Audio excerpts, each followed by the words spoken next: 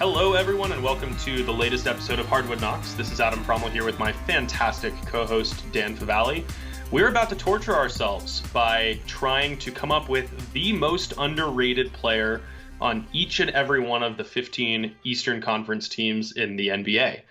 It's a daunting task. I think we both struggle to come up with names for some teams, and it's even harder because the very concept of underratedness is this nebulous idea. Like how are we determining how players are properly rated and then how they exceed that? I think my approach, and I would assume Dan did the same, is, we're at least fairly in tune with the popular perception of players and just involved enough with articles and social media content and social media replies to big accounts that we see who gets talked about and who doesn't. So that's kind of how I'm basing this. So my two questions for you, Dan. First and most importantly, how are you doing? And secondly, how did you do this?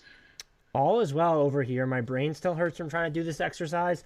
I kind of I did it independent of whether the players might be underrated amongst their own fan base or team, because I do think that, especially with the way league coverage skews regionally now, which is I'm not saying that's a bad thing, but the way fans are so in tune with everything about their team, they're going to be like, oh, we appreciate them just fine, and that's great. I did this from the more pullback national perspective, who doesn't get enough shine. I didn't hesitate to throw stars into the mold, or fringe stars, I should say, but I wasn't picking, for Miami, I didn't pick Jimmy Butler, even though you could, or Drew Holiday in Milwaukee, even though I think you could argue that those guys might still be underappreciated. It's more so what guys I don't think are being talked about enough or bringing the most value that nationally isn't being recognized, or maybe people don't yet understand how good they are. And so I did it that way, steering clear of basically entrenched stars and then just trying to measure it, not independent, again, of what a team's fan base actually thinks of that player.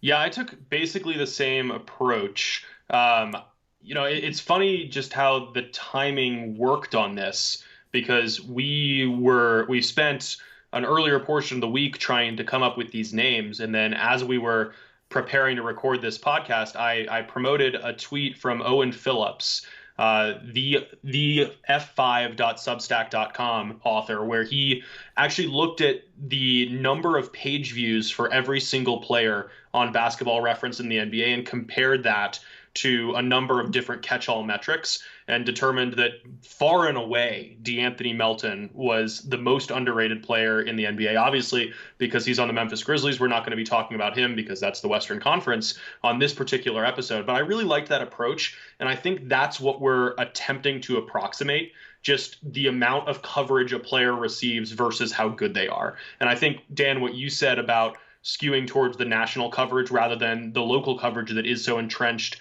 in the undergoings of every single player and every single fringe roster member on a team is important. Right, and I tried to find, whether it was statistical or just, watching back clips of the players, try to find just something, so make this digestible. We're not doing 10 minutes on each player, but just something that stands out to me about the way they're playing, or what I think maybe isn't being necessarily talked about enough. Absolutely. Yeah, I'm in the same boat. So let's go ahead and kick this off. We'll go alphabetically. And Dan and I will kind of alternate taking the lead on each team. So we'll start with the Atlanta Hawks, which naturally I have to get. And I waffled between Clint Capela and Kevin Huerter. Capela has just been so important to the defensive foundation of a Hawks team that is playing fairly average defense for the most part, with some ups and a few more downs than ups. But the impact that he's had as a rebounder and a defensive presence has been huge and has allowed the offensive pieces to exhibit more freedom on that end. But I think it still has to be Huerter, just because he flies so far beneath the radar, especially now that the focus is on when they're going to have Cam Reddish and DeAndre Hunter on the court and available at the same time. But Huerter has quietly been shooting 37% from threes and contributing in just every single area. He's taken on more of a scoring workload recently, and it hasn't cut into his playmaking abilities. He's contributing on the defensive end. He grabs rebounds. He always seems to be in the right spot. It seems like on a nightly basis, he's managing to do something positive that just doesn't garner as much attention as what Trae Young is doing, or John Collins is doing, or Bogdan Bogdanovic is doing, or whoever else it may be on that night, because he's rarely the marquee star so much as the consistent supporting piece.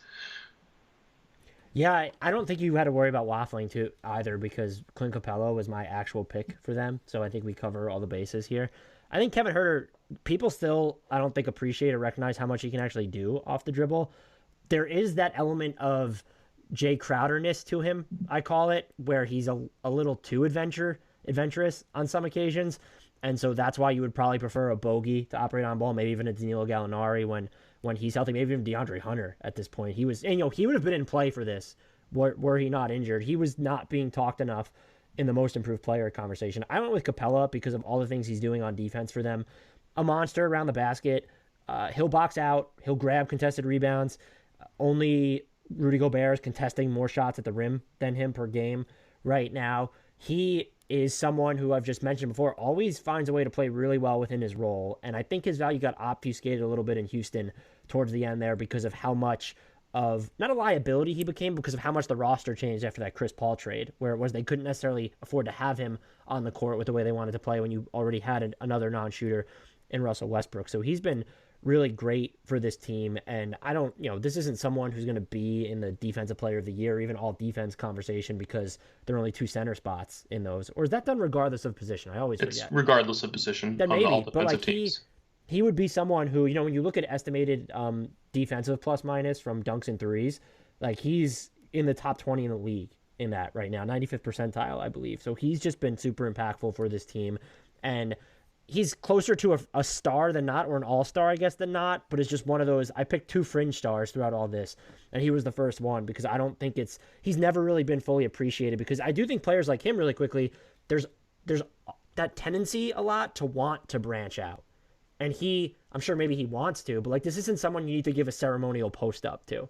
Like, he's still going to screen for you, he's going to roll, he's going to hit the glass, he's going to defend hard, his motor isn't impacted by how much offensive volume he's generated. And Clippers era DeAndre Jordan. Yeah, I mean, that's totally fair. It's that role is just, I think it's been huge for them, and he's had making more of a defensive impact than he's credited with, because so much is focused on, I think it's been surprised, you already mentioned that the Hawks are about league average defensively so far this year, and he's among I think most people have actually said this. I was on another podcast today that mentioned this. He's probably been Atlanta's most consistent player this year too. When he's been available, yeah. Right. I mean, just assume that availability is an asterisk for every team, but especially Atlanta.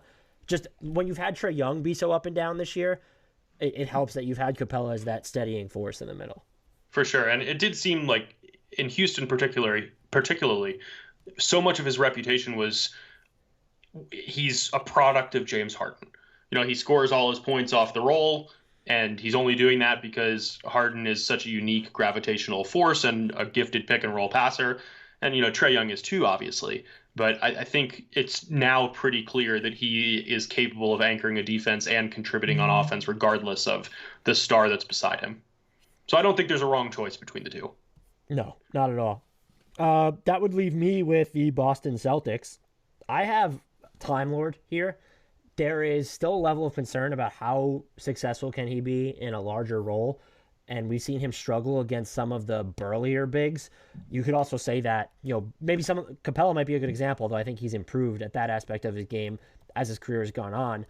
This is just someone who's a much smarter player than I think we talk about. When you kind of look at his defensive positioning, where it doesn't feel like he's getting burned all these times, maybe he gets overpowered, but it's not because he's necessarily in the wrong spot. You can count on him to finish around the basket. He has, over the past 2 seasons, just really established himself as, hey, I'm going to keep the ball moving, and he's thrown some nice passes on the move too. Can be a little turnover happy, which is, tough when you have basically the same turnover rate or a higher turnover rate than your usage is never a great sign. But fantastic hands. You can look at the blocks are great, but like he's going to force some steals too. And he's going to be very aware of bad passes, or he's going to force those deflections. One of the more underrated big men right now. And I do think when you watch him play, you forget that he's listed at 6'8". This is someone that feels like he plays a lot bigger. At least 7'1" big. That was like a very specific number. I'm here for it. I appreciate that. But no, I think Rob Williams is the right choice. I think we have to give a shout out to Peyton Pritchard probably, just because he was only the 26th pick of the first round this year and has shown that he's not just a pesky defender. He's a consistent three-point shooter. He's starting to flash more off the dribble juice as a scorer, which is important as the Boston Celtics, much like every other team in the NBA, suffers way too many key injuries. I don't think he should be the choice here, but we would be remiss not to at least mention him.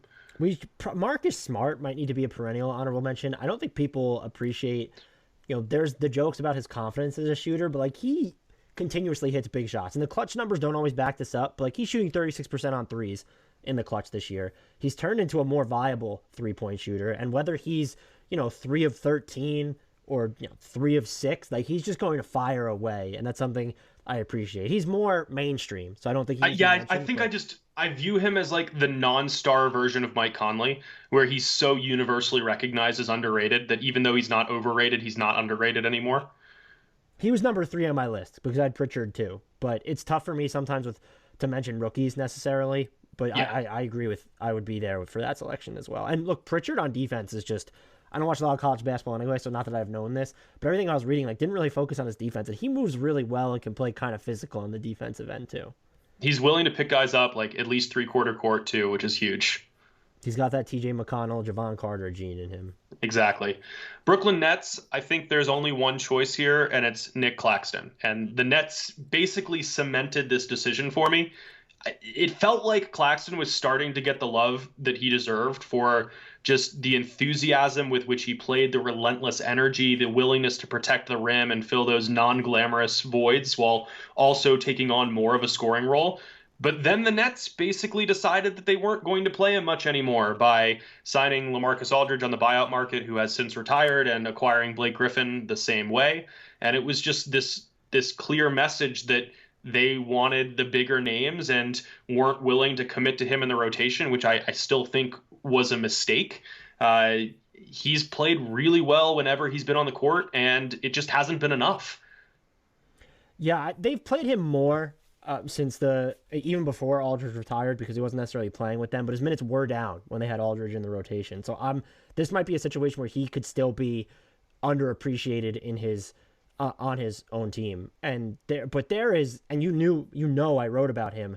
If you go to B-Ball Index's database, we're talking about switchability among bigs. And so among 511 players who stand 6'10 or taller and logged at least 300 minutes in a single season since 2013-2014, he is second in partial possession spent defending point guards, behind only this season's Ben Simmons, according to B-Ball Index. He's also 7th in that time in switching on to shooting guards within this same group. Or guarding shooting guards, since it's basically a switch for the most part. But so I found that absolutely fascinating. There are still holes in his game, can be a little bit foul happy. You look at his offense, there might be a much better player there because he's shown he's comfortable putting the ball on the floor.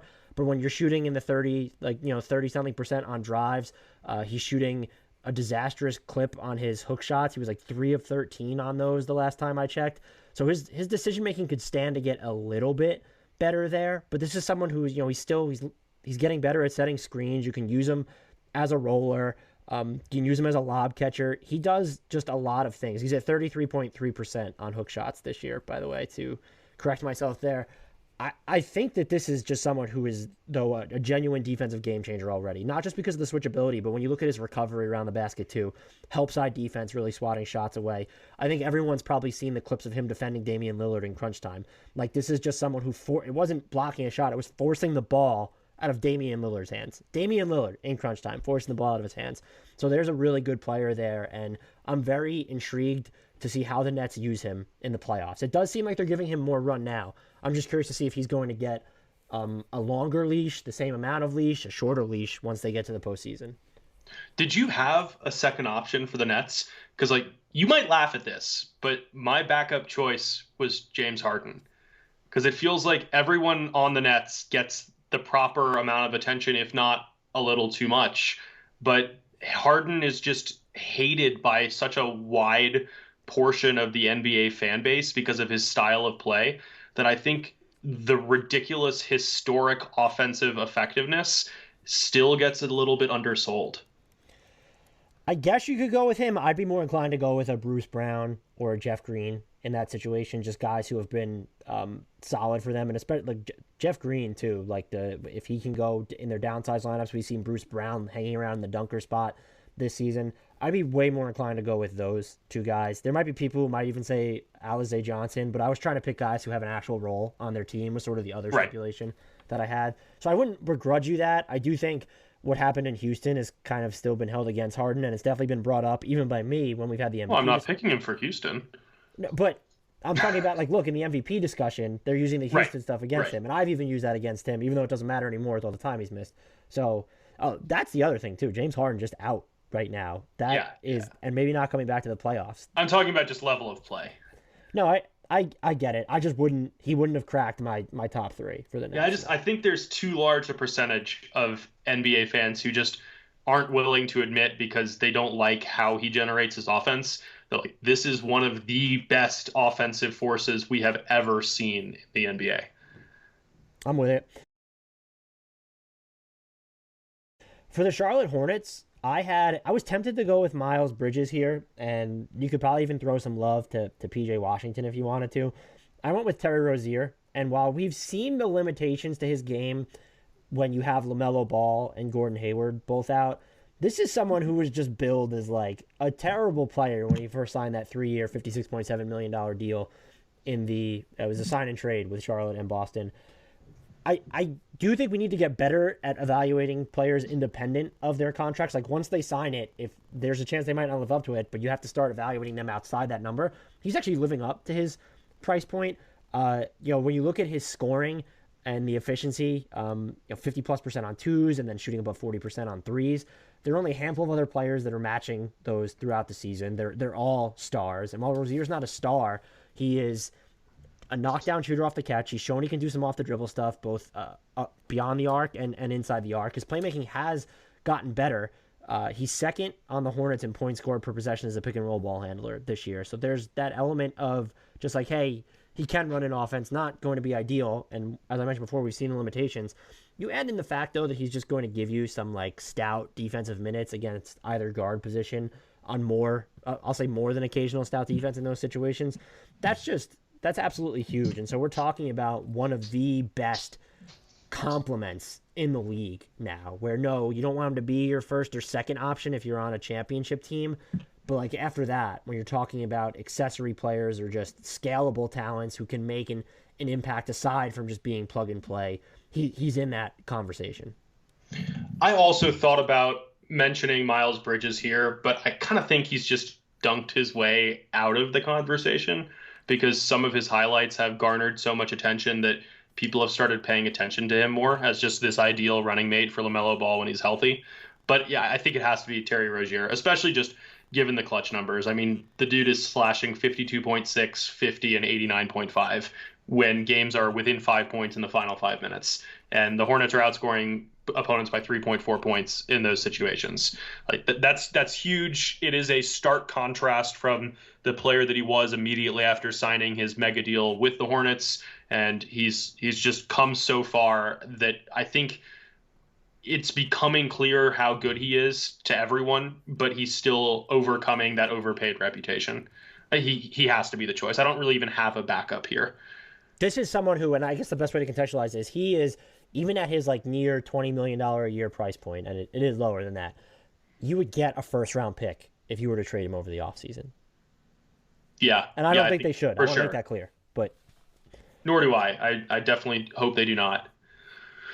For the Chicago Bulls, I toyed with naming Denzel Valentine here just because I refuse to give up on him being a useful rotation player, but his play has not merited that selection. So I think it has to be Thaddeus Young, where after a couple of years with the Indiana Pacers where he was a good rotation player but nothing special, and then his first season in Chicago just didn't go particularly well, but he is reinvigorated during this age 32 season. It's not about the scoring numbers. It's about the versatility that he brings and his willingness to fill so many different roles. And beyond that, just the sheer defensive presence. I mean, he is everywhere for that Chicago Bulls team, which is so important when Zach LaVine is on the court and still isn't a great defender. And now you're adding Nikola Vucevic into the mix, and Kobe White isn't a great defender. And you need that guy who can scratch the wing itch while also protecting the rim as a help defender.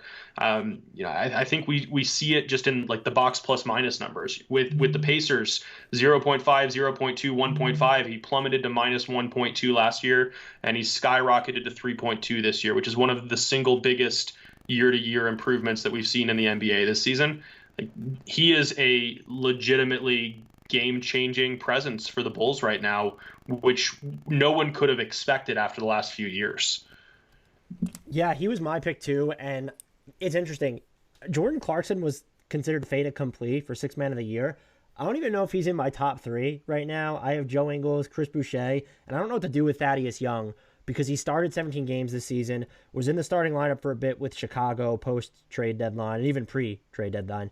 Now he's out. He has not started the past 3 games for them, so I don't know where I land up there. But if he hasn't started too many games by the end of the year, he might need to be the front runner for Sixth Man. It's probably him or Joe. I would not hate that at all. And the only things I could really add to you is just the passing on the short roll from him, and he's just one of the defenders when you look at. I don't want to say he's the best help defender in the NBA, but he might be. You could also count on him to do a lot of one-on-one stuff. Where if you need to match up against like a Giannis or Bam, no, he's not the answer to those guys. But like that's the type of mobility and body that he has. So he has easily been one of the more unsung players this season. But I think he was towards the trade deadline. I think you could kind of understand with the reports that kept coming out where the Bulls saying we're not interested in trading him, we're not interested in trading him. It's because of the interest that there was in acquiring him and would just be that really helpful player on any really good team in the league. Yeah, he has to be the choice here. With Cleveland, I debated a few guys. Darius Garland ended up being my second place guy, with Larry Nance Jr. being in third. I think because he's starting to get the Larry Nance Jr. His availability has been wonky, and I think he's gotten a lot more recognition for basically being like this do a little bit of everything guy. Although when you see someone who could legitimately play the 3 through 5 on either end of the floor, even though Cleveland likes to steer away from playing him at the 5, that's huge, and him being a perimeter threat on offense is huge, just the passing. I still landed on Collin Sexton because I don't think, when we talk about the Cavs, it's as if they don't have any true blue chip cornerstones, and they might not. I want to make that clear. But like Sexton gives them a possibility there. And I even think Garland, who's just been tearing it up since the middle of March, by the way, and been pretty good all season. He gives them an option too. But Collin Sexton comes really close. There are only right now 10 other players who average more than 24 points a game while matching Sexton's efficiency inside the arc at 51.6% as of this recording, and behind it, 37% on threes. Now, among that group, there are only 3 players that have a higher free throw attempt rate: KD, Joel Embiid, and Karl Anthony Towns. Sexton has improved his game dramatically as a playmaker on the move, doesn't get as much tunnel vision on drive, makes better decisions there. Is more of a trustworthy guy if you need him to put pressure on multiple levels, not just 2 of them or even 1 of them.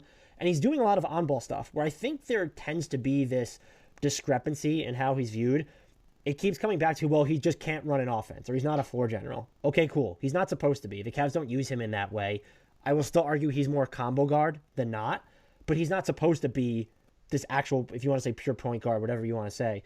So once you view him outside of that specter, I think it's really easy to appreciate that, hey, he might be a future all-star. And this is someone that, is he going to be the best player on a championship team? My guess would be no, but that's 99% of the league where the guess would be no. And so if you found someone who could be the number 2 on a great team, that's huge for your rebuild.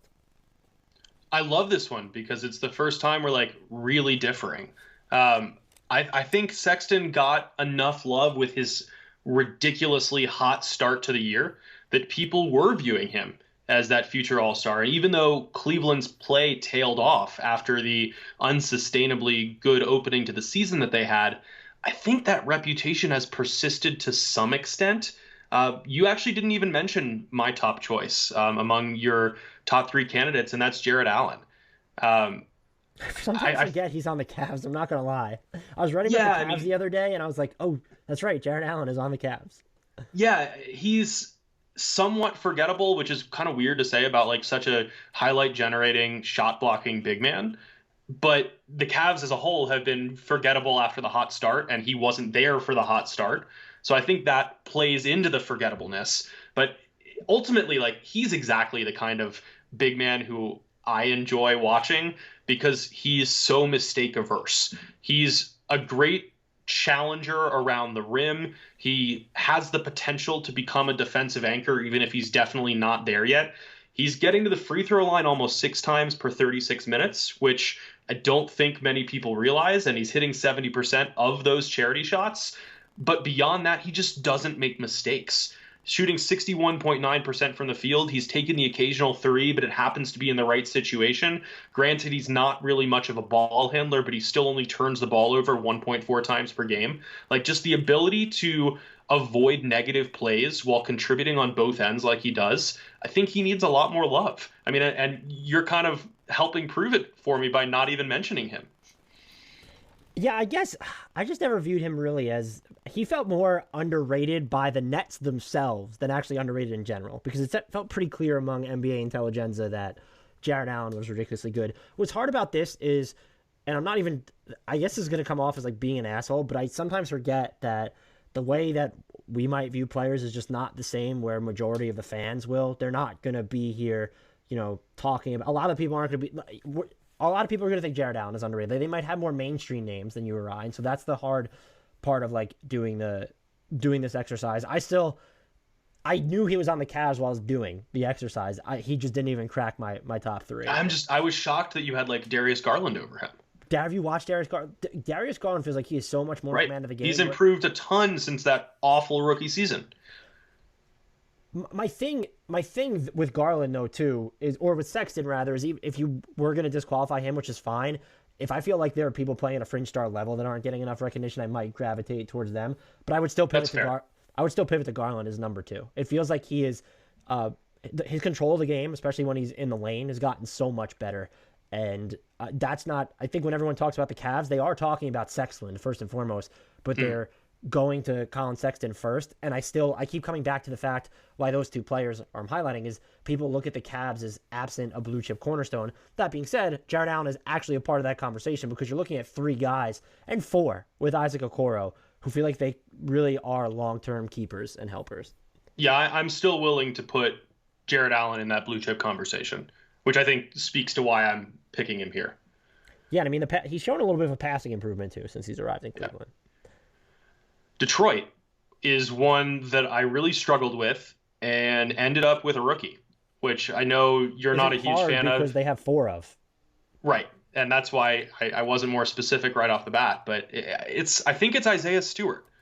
It feels like he is a perfect example of the differentiation that you made at the top of this podcast, that we are looking at this from a national perspective rather than a local perspective, where he has been playing so well lately. Over the last 9 games, he's averaging 12.4 points and 10.2 rebounds. He's shooting 67.6% from the field. He's made a pair of 3-pointers. He's been blocking shots. He's getting a little bit more involved as a passer, though still not doing much. He's avoiding fouls. He's staying on the court. But as much love as he's getting from Detroit writers and Detroit fan base, I don't think that's translated to the national attention that he deserves as a potential legitimate building block in Detroit, which is sorely needed. Well, I will tell. I picked Isaiah Stewart as well, and I think you're on point there. And this wasn't hard for me at all. I mean, they did have 4 rookies to choose from. I still remain, off the limited sample we've seen from Killian Hayes, I remain tantalized by Killian Hayes. So he was my second choice. So he could be there. Even if you just view Sadiq Bey as this 3-and-D guy, he has more ball skills than advertised. With Isaiah Stewart, though, there is a BR commenter who disagrees with you because I wrote an article on the worst teams this season, was talking about Detroit's future, and I said they're among the teams where you look at them and don't know who their North Star is. Someone argued that Isaiah Stewart is a future star, and there you go. That's just proof that he is maybe not underrated within the Pistons fan base. I would echo everything you said. The 2 notes that I would add are that dude just keeps going. There's just running the floor, just like being around the basket, right place. I like how he can like put the ball on the floor off the catch, where it's like if he's sort of it's like maybe he didn't screen and roll, but he's diving to the basket and he needs one or two dribbles to before he can finish, and is able to do that.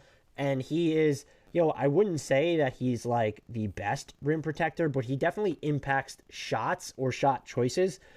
This season, opponents are shooting 8.2 percentage points worse at the rim when he's on the floor. That's the fifth highest differential or fifth largest differential among all players who have logged at least 500 minutes. So Detroit got a good one in Isaiah Stewart. And I'll echo this one more time. The fact they have like 4 rookies and you throw Saban Lee in there as well, where it's like, hey, those guys might just be, those are definitely NBA players. And Lee is probably the most questionable of the bunch so far. That's, that's rock solid depth for them. I still think they need their North Star, and Killian Hayes still has the best chance, in my opinion, to be that, more so than Bay or Stewart. But I don't think anyone, least of all myself, I didn't think he was going to make it. I just didn't think he had like the oomph, as I say with the bigs, and he just clearly does. I missed the mark on him so hard. I will say with Saddiq Bey, I am firmly on board with him developing into a non-star with a star's impact. Kind of like what we thought Otto Porter Jr. was going to be before injuries derailed him. Fair enough.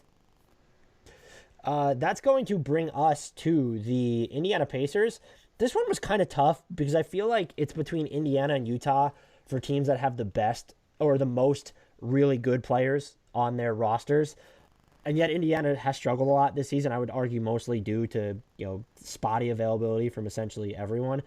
I think it's Doug McDermott here. And I vacillated between he and TJ McConnell, but I think McConnell's starting to get national burn for the way that he just really defends and wakes up and he's in your jersey already if you're his opponent.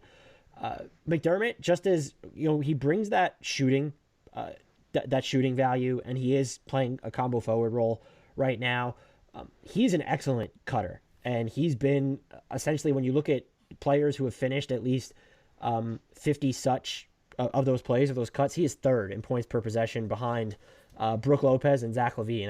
I found Brook Lopez there being funny. And so he really keeps defenses on his toes because he's able to hit that 3 ball, and he can do that, quickly. He can do that in motion if you need him to.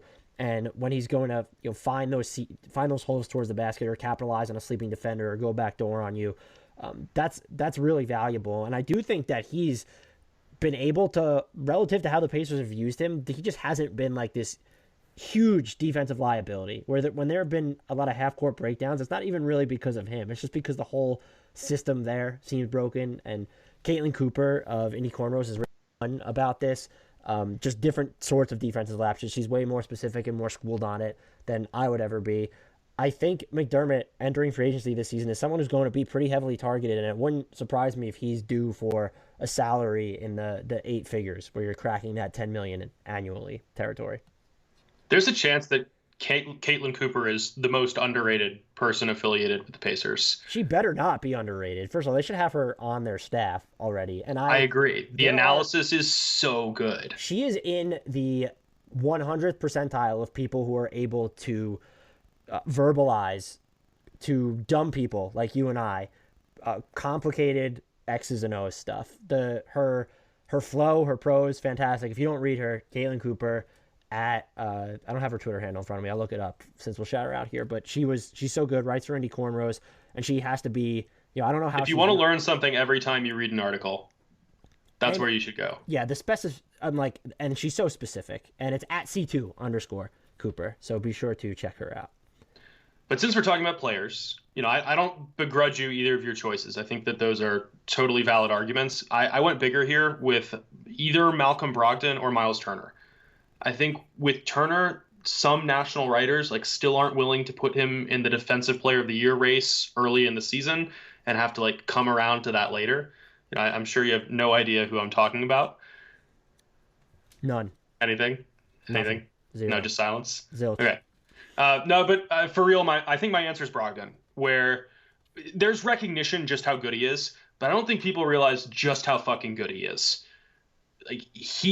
He thrived as this complementary figure on the Milwaukee Bucks, clearly excelling in the ginormous shadow of Giannis Antetokounmpo. But he's become a legitimate North Star for a competitive organization. I mean, he's capable of putting up 21, 6, and 6 on a nightly basis. He's always going to flirt with the 50, 40, 90 club. He doesn't make mistakes. He can fill any role. If you need him to serve as a lead ball handler who can get his shots off the bounce, who can create for others in the pick and roll, he can do that. If you want him to fill an off-ball role, he's always going to make the right cuts. He's always going to end up in the right spots. He knows how to play in transition. There just is not a weakness to his game. And I don't think he's viewed as that potential like top 30, top 25 player, but he should be. Malcolm Brogdon is a top 25 player? I think he can play like that. Maybe not for the extent of a season, but in short spurts, he is capable of that. That is a spicy take. You need to cut that out and throw it on Twitter for people to hear you say that one. I'd be more inclined to go with Myles Turner. Maybe I'm just trying to generate some goodwill from Pacers Twitter, which just absolutely destroyed me when I predicted that he wouldn't win Defensive Player of the Year, essentially, way back when. I took ownership of the confusion in the way I approached that exercise, so I'm not doing a victory lap here. But the pressure that they've put on, that they allow him to face defensively when he's been healthy this year, is just, I think his defensive workload is probably like among the top 3 in the league. I'm not talking about just shot contests at the rim, but especially when you're going to isolate bigs. Rudy Gobert is one. I'm trying to think of another big, maybe a healthy Anthony Davis, but he hasn't really played. I still think Davis is a little underrated in that regard because he's not that traditional rim protector. So he's right there for me, and I don't think that's probably talked about enough. People might be more likely to harp on, he's been in the Defensive Player of the Year conversation, but they'll harp on his overall shooting splits this year where he's been below average, has had peaks and valleys like anyone in any season. But they look at, I think I even made the joke where I think Richaun Holmes is averaging more points per shot on his floaters than Myles Turner is averaging on wide open threes. So that's, I would say he's like a top 50 guy and is probably not recognized as such nearly enough. And that's Myles Turner. I do not think Malcolm Brogdon is a top 10 player in the NBA like you do, though. Yeah, I'm going to backtrack a little bit and just kind of clarify what I meant better than what I said. I don't think that he is a top 25 or top 30 player when everyone's available. I do think he's capable of playing like that for a 10-game stretch, a 20-game stretch when he needs to. But he's not going to maintain that workload for an entire season. I think it's adorable that you don't think I'm going to cut that part out, and it's all you're going to hear is you saying you think Malcolm Brogdon's a top 25 player. I'm used to you trying to do that anyway. Whatever. I believe you're on Miami, right? This was the hardest team. Can we just move on? I don't have an answer. I don't think that there's a legitimate answer for the Miami Heat. So I came up with Max Strus. I think it's I was close to picking Nemanja Bjelica because of what he might be able to do. But he's also shooting like negative 3% on threes this year. Yeah, and he has like a little motherfucker in his game where he's more physical when he puts the ball on the floor. So I could see that as a theoretical. I understand why Strus doesn't get like consistent minutes in Miami unless they're really banged up. But someone who can relocate off the ball, hit some difficult threes, and gives you just like 6'5" on defense, and he's covered like a bunch of in at least and I will say I've not watched a ton of Max Strus this season. Of the games that I've seen where he's played, like he can give you something positionally on defense where it's not just, he needs to cover a 2-guard because he's 6'5". He's been on some threes, been on some fours. I'm just curious to see, like, he's 25. What becomes of him? Is this like someone who's going to land somewhere in the NBA? So I had him, but he goes. Our two choices have played a combined 462 minutes this year. Right, and the problem with him is that they've really only needed him as like this emergency guy on the perimeter because they are, for all that they don't have, I don't want to say they're stacked there, but like between Tyler Hero and Jimmy Butler, Victor Oladipo's injured, but they have him. Dragic has been injured a lot, but they still have him. They have Kendrick Nunn. Like they're set at like in those guards spots, and so even if you look like you could use him, sure, on the wings more just as a 3, and I think that's where he's played most of his minutes actually this year. He's been split evenly between the 2 and the 3. So, but I needed to come up with a name, and Bjelica's played so bad this year that I don't know. But that's a product of maybe inconsistent playing time since the beginning of the season, basically, or definitely since the middle of it. Still, I felt a little weird. You're right. I think we could get away with picking no one here, but I'm settling on officially my guy, Max Strus. I think if I truly had to pick someone, it might be Dwayne Dedmon, who's played 3 games for Miami this season. But like he's underrated the last in the 2 sense have been that great. It shouldn't have taken him this long to land on a roster. Exactly. Like a couple of nights ago, he had 10 points on one shot. I'm not misspeaking. He made 8 free throws and 1 field goal on 1 field goal attempt. And he followed that up with 12 and 6. Like he's played well the last few games, which also happen to be the only games he's played. Let's move on. The Milwaukee Bucks. So I already know who you picked, which is why I specifically didn't pick him. I went with Bryn Forbes. Dude is a bucket. I don't think that gets talked about enough. He leads the NBA in points per shot. I'm not filtering out anything. There's no minutes threshold here, no minimum games played. He just leads the NBA in points per shot. That's pretty damn good for someone who's living on the perimeter. He's also, when you look at his effective field goal percentage on pull-up jumpers, 53.3. There are 103 players who've attempted at least 125 pull-up jumpers this season. He ranks in the top 13 of effective field goal percentage among that group. So not someone who's going to, and I think we saw it, he's not going to oversee the offense. That's why you go and you get a Jeff Teague. He's also not going to give you basically anything defensively. But there's he has levels to his scoring, where I think you could probably safely call him a 2-level scorer at this point.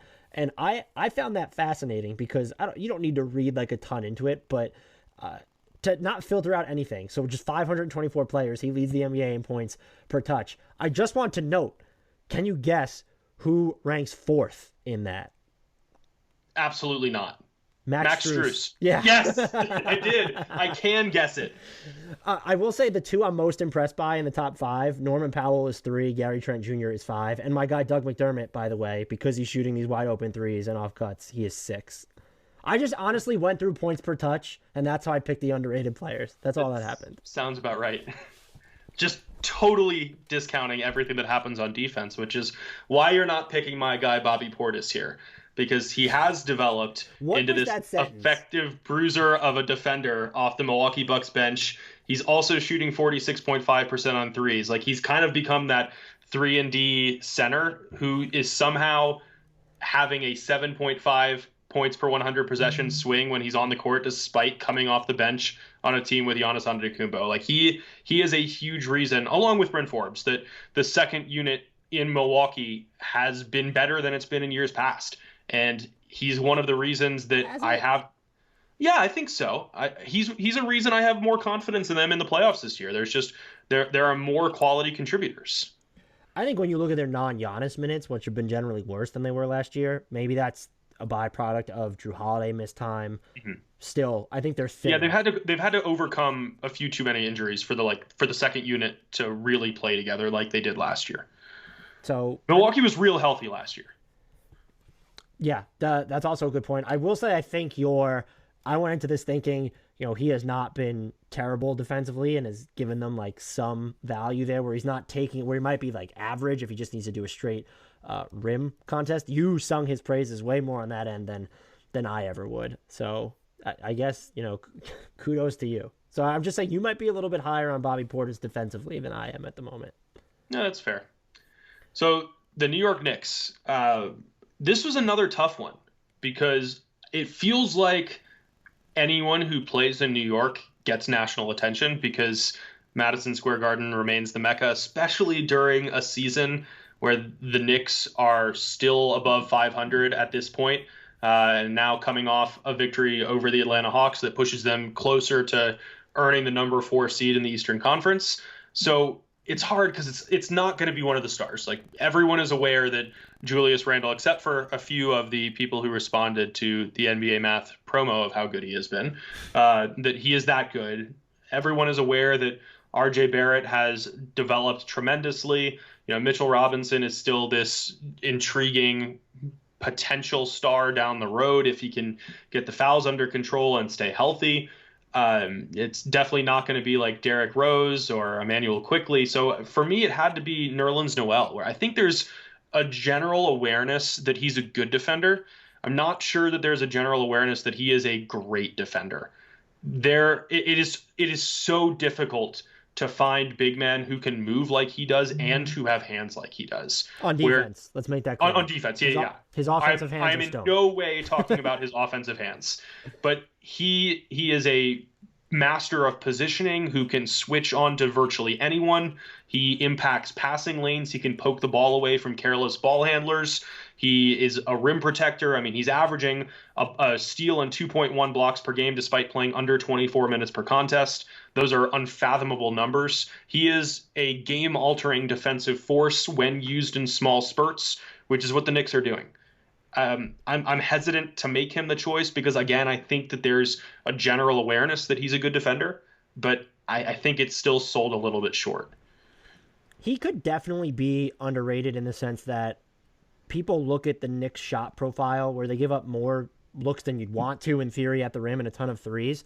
He's part of the reason why that rim volume is almost, guys are going to challenge him, but they're not necessarily going to shoot all that well because he's really sort of everywhere. Mitchell Robinson can have that similar effect as well too. And I'm with you on the hands. Just when you look at the defensive hands, yeah, gotta clarify. We're both mistake at this point, and there's really his ability to get steals is a big too and bust up plays that way. There are, and look, I am clearly saying that this is who he should be compared to. There are only 3 players in NBA history who have logged as many minutes for their career and have a block rate of at least 5 and steal rate of at least 2. Do you care to guess who either of those players might be? Not particularly. David Robinson and Akeem Olajuwon. Okay. I was if you had made me guess, I was going to say Robinson and Kirilenko. I refuse to believe that you're going to say David Robinson. You already got the Max Strus one. We're going to say David Robinson is one of my all-time favorite players. I have looked over his numbers way too many times. Yeah, I'm still going to give you an 0-4 there. I did not go with Nerlens Noel just to be different from you. I knew he was someone that you were going to pick. And also, I do think there's that conversation point that you were talking about where it's his defensive value has been kind of known. He's just become a meme because of the deal that he turned down years ago. It was Dallas that offered it to him, right? It was. Yeah. That was, by the way, did you see his Instagram story after they beat Dallas? I don't have an Instagram account, so no. He posted, do you remember the hot dog thing at halftime with Nerlens Noel? Yeah, I do. Because that was just such a disastrous tenure. He did post a picture of a hot dog in his story after they beat Dallas. I freaking loved it. That's fantastic. I went with Reggie Bullock. How could you see that Instagram story and not pick Noel? What's wrong with you? Maybe on social media he might be underrated at this point. That's part of it. I went with Reggie Bullock. He is, I think, there must have been a conversation where because the Knicks don't, on a night-to-night basis, there are some nights where they don't take enough threes, I don't think. They just decided they gave him the more green light. He's at over 7 attempts per game since March 1st. He's hitting them at a 42% clip, averaging 12 points per game, but that's his role. They need you to knock down threes and score in that regard. I don't think we talk enough about how good he is or solid he is for them defensively. Elfrid Payton is the only other Knick who has spent more time guarding number 1 options, and that's by virtue of being a point guard. But it's not because Elfrid Payton is this fantastic defender, and no one on the team has logged more. Well, and it's also because Tom Thibodeau wants to play Elfrid Payton as much as humanly possible. Yes, and that should still be something we troll him for. I will say when you dig into how well their second units are faring, especially with Derrick Rose and Emmanuel Quickley at the same time, I get the rationale. Because Elfrid Payton's at least someone who could get you into your offense and you don't split them up. It should still be Frank Ntilikina. Let me make my jokes. No, I want to make it clear. It's still the wrong call, but I'm kind of seeing where Tibbs is coming from. No one on the team, by the way, has spent more time versus number 2 options. So this is someone who's guarding the first or second best player on a team on any given night, and it's for one of the top 5 defenses in the NBA, and he's part of why they're so good at limiting above the break 3-pointers. So he's been absolutely huge for them. They'll have his early bird rights in free agency, and they have cap space, so it doesn't matter. This is someone who could get real money in free agency, though, and I don't think that's talked about enough with the Knicks in general, where this season is a Cinderella season. Alec Burks, Nerlens Noel, and Reggie Bullock, 3 guys who have been instrumental in their success, I would argue. They're all going to be free agents this summer. It'll be interesting to see where that ends up, but I think Bullock's been underrated just because people have been more inclined to talk about Nerlens Noel, and obviously Julius Randle or RJ Barrett, even Emmanuel Quickley, even Derrick Rose, even Alec Burks before a Bullock. Just based on the sheer number of people I've heard say Reggie Bullock, instead of Bullock, you might be right that he might still be massively underrated. Apparently, I'm sure I used to say that because I think he corrected a reporter once or noted it to a reporter and just he let it go for years without ever saying everything.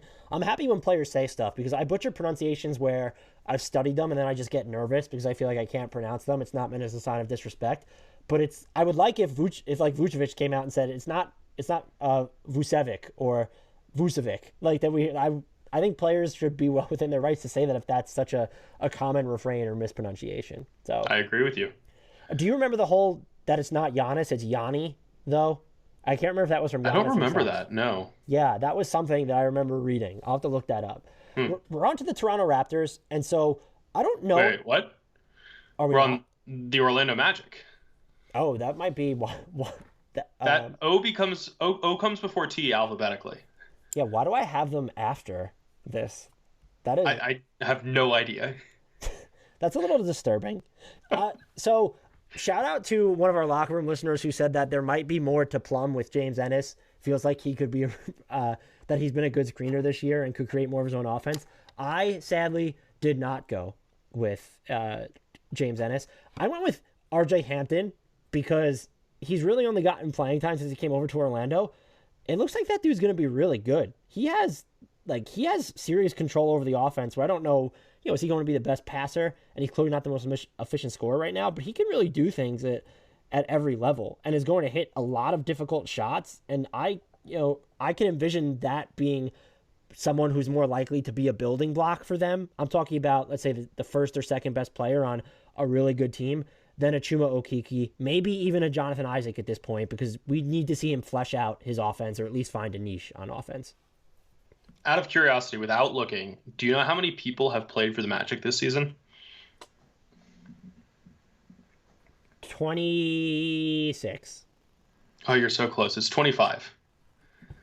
It's just been a weird year for them, and it made it so hard to pick someone just with the constant roster flux and them trying to figure out identities on the fly and taking away the obvious central figure of the offense. So I struggled with this one. I considered Wendell Carter Jr. I considered RJ Hampton. I ultimately went with Cole Anthony. I'm glad you went with a person that's been there the entire year because it's almost a little unfair to be like, hey, RJ Hampton comes in midstream. I get it. But yeah, I went with Cole Anthony, and to me, it's like a proactive underratedness. Like nothing he's done consistently has made him underrated so much as like I understand, having followed the NBA for so long, that the pitfalls that rookie point guards typically have to undergo, especially ones who are thrust into larger than expected roles and who have to overcome injuries and who are playing with sub quality NBA players for much of the season. So yeah, like he's shooting poorly from the field. He can't shoot threes. His defense is inconsistent, though I would argue it's been a little better than I expected. But if you watch him run the offense and some of the passes that he sees and the way he already understands how to read defenses and watch things unfold before they actually unfold, it's been pretty obvious to me that there's something there. And I don't know if it's going to be realized or how quickly it's going to be realized, but I'm just trying to get ahead of the curve because inevitably we're going to see people look at his rookie numbers and write him off after this first season, despite all of the hurdles he's been forced to overcome. I feel like it's a bit of a cop-out, but I'm going with it. I don't think it's a cop-out, and it feels like his outside shooting will eventually come around, put him with better spacing, and maybe and I think the confidence level in it is there. I will say, if we're speaking about confidence, Dwayne Bacon's confidence is aspirational. I want to have the confidence that Dwayne Bacon has when he's taking a contested mid-range jumper. Look, and I think what's also kind of, important for this is he has shouldered a larger, as you already mentioned, I'm only echoing this to prove one point, is that he has shouldered like more of a playmaking burden without out being super sloppy. He's a turnover rate of 13.2 against an assist percentage of 25. Which is really rare for a first-year league guard. Right. So I think that's like, it's like, oh, hey, maybe he is. Now you have him and RJ Hampton and Markelle Fultz. If you want to run really small in the future, that would be lineups that would be a three-man trio that I would just be very interested in seeing play. I don't know, RJ Hampton all of a sudden becomes, I guess Fultz defends the threes in those scenarios, but that is, I'm with you, and I think you could, if you really wanted to. Wendell Carter Jr. has played well for them since he came over, and I'm a Mo Bamba believer. I don't know if that means he's underrated, but his season has been. No, it means you're stubborn. That's awesome. I mean, look, this season he has been like just screwed over by health. Like it really took him a long time to come back from COVID. But what about the previous seasons? I mean, that's also he dealt with injuries though. Like that was the other thing. So, cut my guy some slack is all I'm saying. And to your point about Cole Anthony's assist percentage to turnover percentage, the last player to do that, I guess this really isn't like, and to qualify for the minutes per game leaderboard, I don't know if this is aspirational, but it was Trey Burke in 2013-2014 as a rookie. All right. I once viewed Trey Burke as the next Chris Paul when he was at Michigan, so I'll take that. The list it's Trey Burke, Brian Roberts, Kemba Walker, Brandon Jennings, Nick Van Exel, Pooh Richardson, and Michael Jordan. That's not like... That's a pretty decent list. There's some wide range of outcomes there. Brandon Jennings was real good as a rookie. Nick Van Exel's pretty underrated historically. Like there's some talent on that list. If you kind of filter it out by who played, let's just set 500 minutes as the benchmark, can you guess who was the last point guard to... Monte Morris is on the list, by the way, but he hasn't cracked the minutes threshold. That makes sense just because he was historically turnover averse. Mike James but no, was the I last don't know. player, minimum 500 minutes as a rookie. And that's even weird because he was like a 32-year-old rookie, right? 27. I was close. You were off by a half decade, but let's carry on. Now we're on to Toronto. They're just not my team to start with. we're on to Philadelphia. Wow, what is wrong with me? I definitely had a rogue list that I was building in this Google Doc. I'm just glad that alphabetical order doesn't matter too much for your job. Oh man. This is so bad. Not a banner moment for you. But anyway, Philadelphia. I didn't even question it. I just have Orlando, and then I have Philadelphia listed after Washington at the bottom of my Google Doc. Yeah, I have no explanation for that. I also don't really have like a firm selection for Philadelphia because they're like very much more of that stars and scrubs mold. It feels like Tobias Harris has gotten the shine he deserves. Ben Simmons talks about himself enough that everyone knows how good he is. Joel Embiid is obviously an MVP candidate.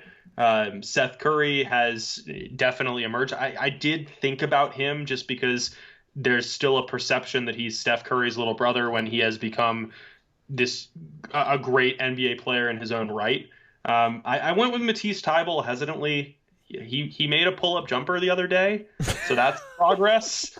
But it's all about the ranginess of the defense. It's having a guy who can block three-pointers consistently is huge. He can fill any role on the defensive end despite being listed as a guard/wing. He's that good on the defensive end that he deserves all defensive love.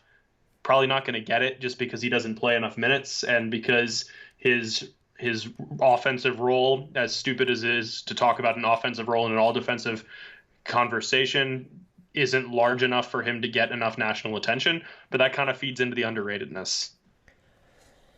I could see I don't have a convincing argument here. I could also say that you could go with Tobias Harris as a guy just is so associated with this contract that you almost forget how good of a season he's had. And also because of Philly's, if you look at the half-court offensive problems, in theory, down the stretch of close games, he's not going to be the one that solved them, even though he's technically paid like the guy and plays the position of the person that should solve them.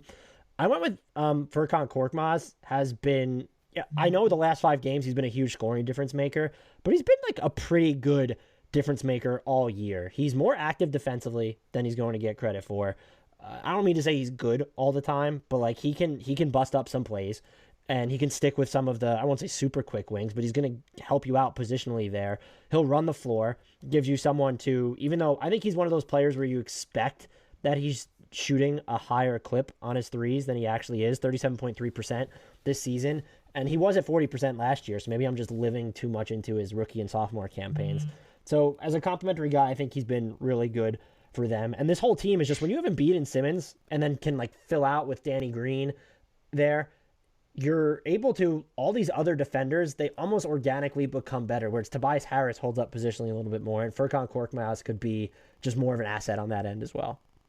So for what it's worth, I was not laughing at your argument, which makes a lot of sense. I was laughing that we just got the push notification from Shams Charania that Nerlens Noel just agreed to a multi-year deal with the New York Knicks. Do you mean Norvel Pell? Did I get a typo, or did I just misread it quickly? You did. I did misread it. I am delivering fake news on the podcast, and I apologize to all of our listeners. Nerlens Noel is still not signed to a multi-year deal. That would be, I'm pretty sure that's illegal.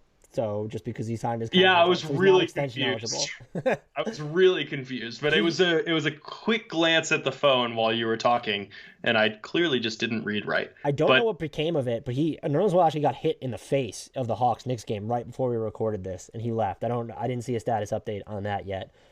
Way to date our podcast. I believe now we're on the Toronto Raptors, though, if I'm not mistaken. We are officially on to the Toronto Raptors. I think you can understand why I wanted to rush it, because my pick was Chris Boucher.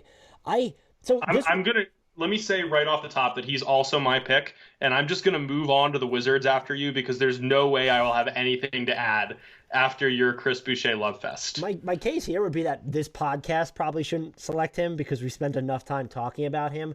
But I still don't think, if anything, he's underrated in the sense that there's this view, the Raptors are true big, and it's the correct view, but it's not because Chris Boucher sucks. There are just issues when it comes, if you need him to grab a defensive rebound and then lineups with him and Pascal, if that's your front court, those could be a little bit iffy.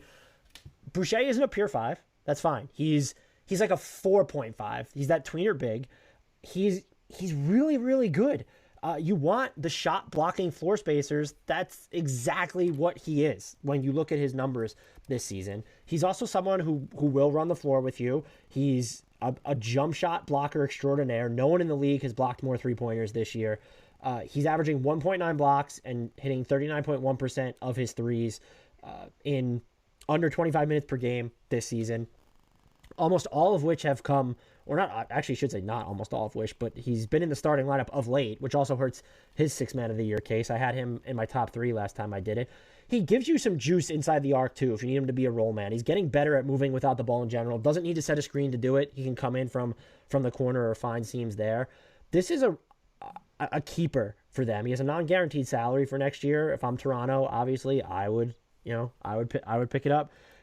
And just because he's not the answer at the 5, because he's going to be overpowered by a lot of different 5s and doesn't have the conventional size to be this fantastic rebounder, it's almost not, it's not fair. And there can be a level of feast or famine with him, but when there's a feast of he can drop 30 plus points because that's just something he's capable of with his shot making. And yeah, they're going to be in losses, but just whatever. He's just so active on both ends of the floor. I think he's a clearly net positive player for this team. Leads them in shots contested at the rim this year, which really, I guess, isn't a surprise. And when you look at the threat of, he can be a little bit out of control on his closeouts because he wants to block those jumpers.